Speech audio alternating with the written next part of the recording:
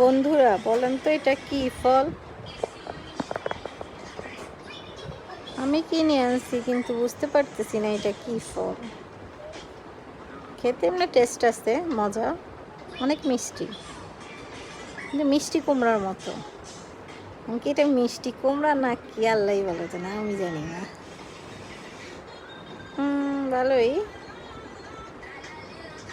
পুরা কাটতেছি দেখেন, পুরা মিষ্টি কুমড়ার বিচির মতো বিচিগুলা।